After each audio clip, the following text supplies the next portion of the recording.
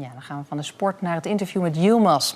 Nieuwsuur heeft namelijk voor het eerst een Nederlandse jihadist uitgebreid kunnen interviewen en filmen. Yilmaz, een oud beroepsmilitair die nu zelf in Syrië vecht en andere jihadstrijders traint en opleidt. In Syrië zijn naar schatting 120 Nederlandse jihadstrijders die vechten tegen het regime van Assad en voor een islamitische staat. Er is weinig over ze bekend. Ze zijn in het geheim vertrokken en laten bij terugkeer nauwelijks iets los. Dit is een naamplaatje wat hij in het Nederlandse leger droeg, wat hij aan ons als cadeau meegegeven heeft. Nieuwsuur buitenlandredacteur Roesbek Kaboli ontdekt Yilmaz ongeveer 8 maanden geleden. Als hij op internet zoekt naar sporen van Nederlandse jihadisten. Ik heb in het Arabisch een aantal termen gezocht. En op een gegeven moment heb ik een van zijn foto's gevonden. Hij staat in zijn Nederlandse uniform in Syrië naast een paar rebellen. En hij ziet eruit als een commando bijna. Ik zag meteen Nederlandse uniform, baret. Een jongen die heel erg gedisciplineerd en goed getraind eruit ziet. Was het makkelijk om zijn vertrouwen te winnen? Nee. In het begin was hij heel erg achterdochtig, heel erg terughoudend. Hij ontkende zelfs dat hij een Nederlander was. Maar ik heb hem duidelijk gemaakt dat wij objectieve journalisten zijn die hem en mensen zoals hem beter willen begrijpen. En langzamerhand kon hij mij vertrouwen. Hoe lang heeft dat geduurd? 8 maanden. Ik heb hem elke dag gesproken.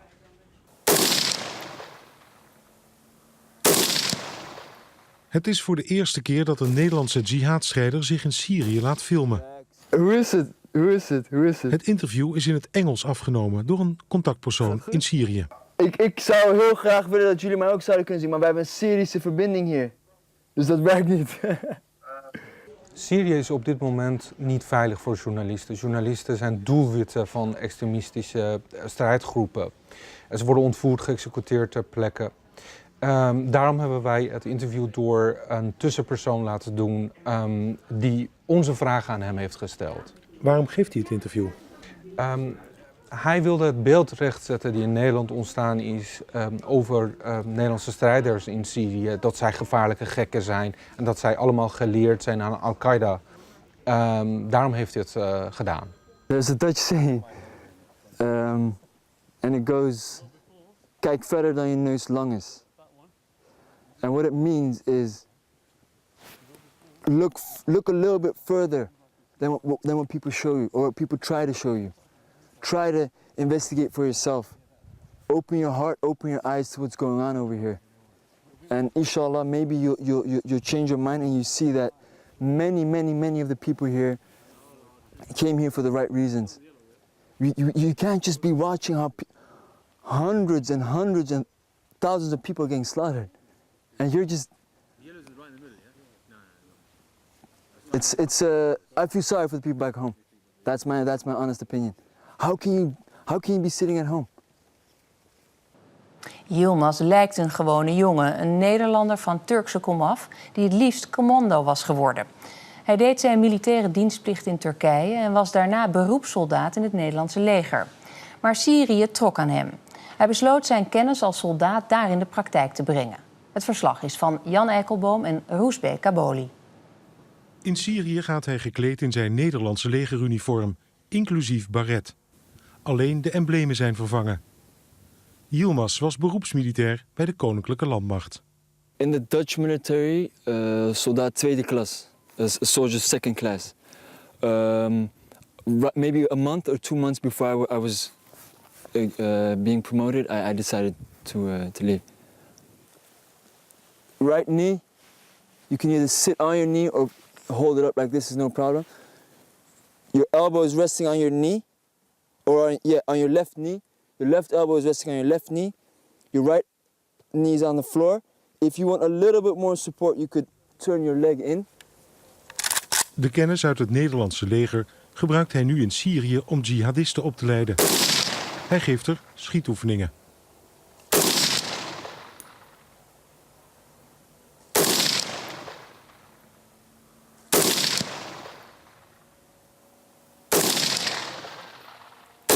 Relax. Most of the people here, I think maybe over 90% of the people here have never ever even fired a bullet in their lives, let alone participate in an actual battlefield or whatsoever. So what we're doing right now, and the purpose of all this is, I was approached by a brother that I love and that I respect, and because he knows my background, he asked me, could you give some of my fighters some extra tips and tools? We'll supply the bullets, we'll supply everything you need, so that when we ship them out, and when there's a firefight, and when there's contact, they know what they're doing. Okay. Okay, right, 2, 1, 2, 3, 4. Yeah, I could see all of the hits.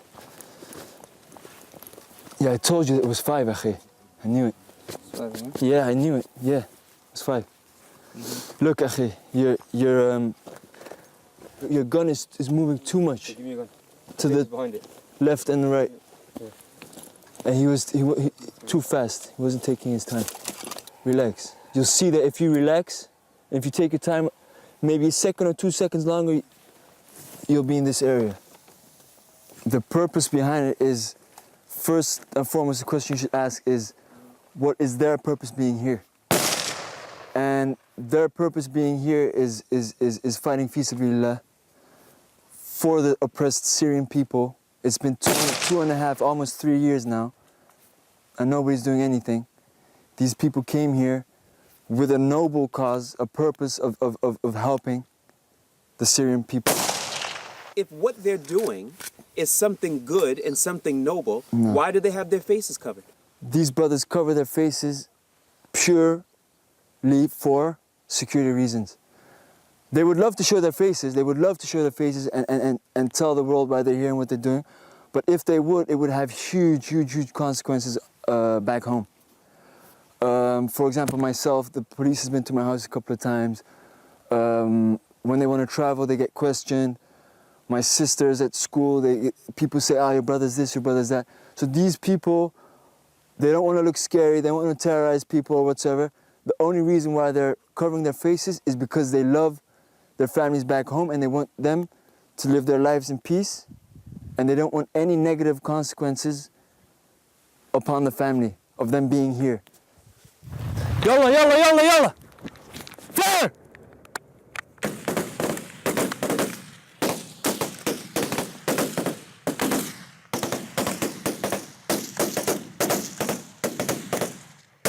Hold fire! Hold fire!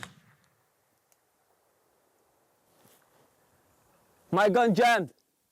No problem. People back in Holland No. might say, some of them might say, you've betrayed us No. because you've learned these skills from us, and now you're teaching these people. For someone to say something like that, how would you respond to them?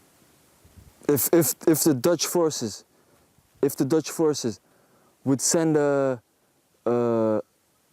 unit or fighters to Syria to help the oppressed people, I would be the first one to sign up for the Dutch army. But nobody's doing anything.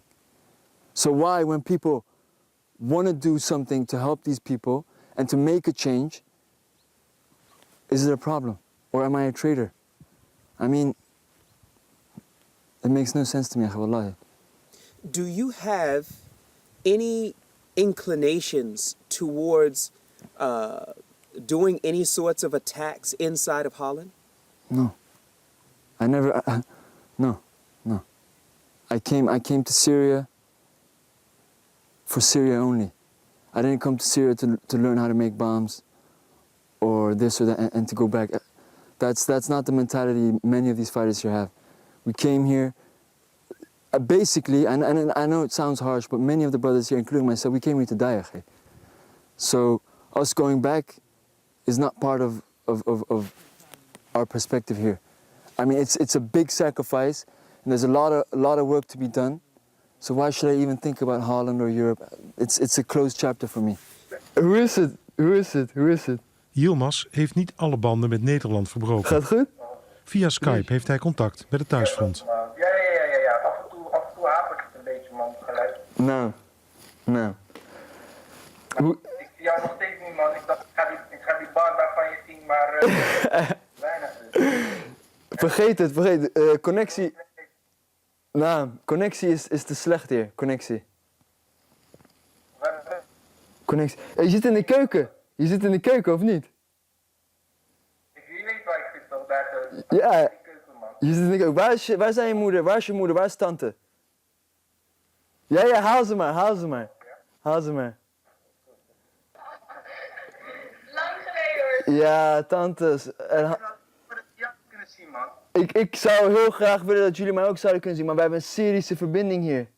Dus dat werkt niet. Dus gewoon geen Ziggo dus, geen Ziggo Nou, daar zo. we hebben dingen nodig, Ziggo nodig hier. Stuur oom hierheen. Ziggo. What do you miss from Holland? Kapsalon. It's a Turkish, like this Turkish guy just invented this strange fast food dish. Kapsalon now. My family, of course. It's a very organized country. Everything's very organized. I would like to see that back in an Islamic country, inshallah, one day. It's the family, I think. Uit Nederland, party pack. Ja, 2 kilo. 2 kilo. Alhamdulillah. Het zijn die kleine dingetjes toch? Het zijn die kleine dingetjes. Ja, nee, heb je een M&M's laten betalen? It's a serious question, Bismillah. but it's on the hearts and minds of a lot of people. Are you married? That might be on some people's minds, but are you a part of Al-Qaeda? And if you are, why?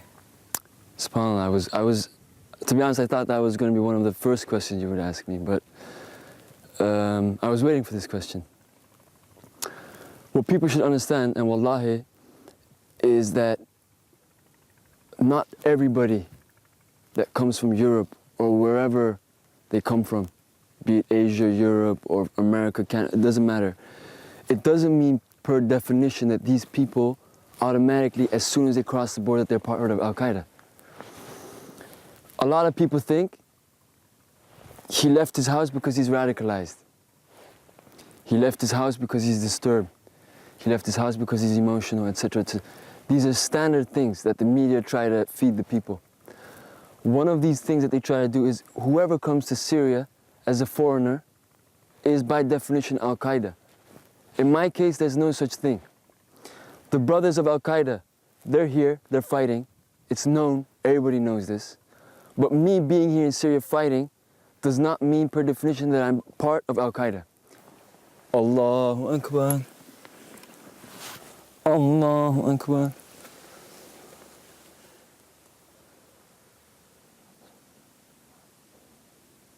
I think the main goal of many of the people here, even including the Syrians themselves, is protecting and defending the innocent people of Syria.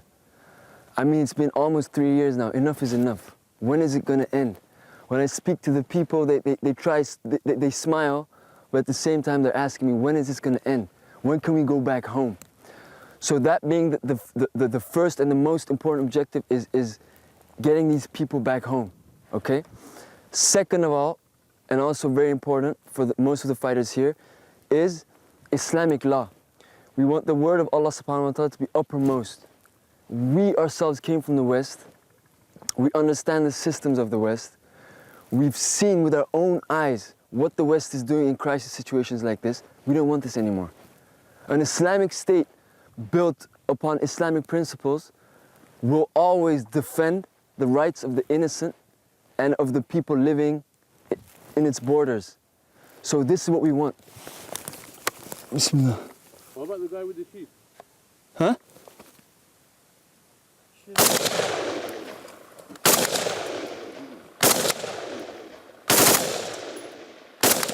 You hold a grudge against the people of Holland.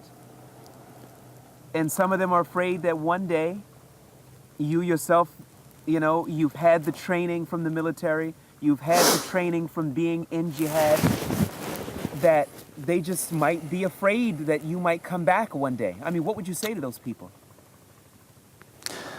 SubhanAllah, knowing Holland, they should be worried about other things, with criminals and pedophiles roaming the streets. But I understand their fear, Yani. It's not that I'm I have a wall and I don't understand why these people are afraid. Don't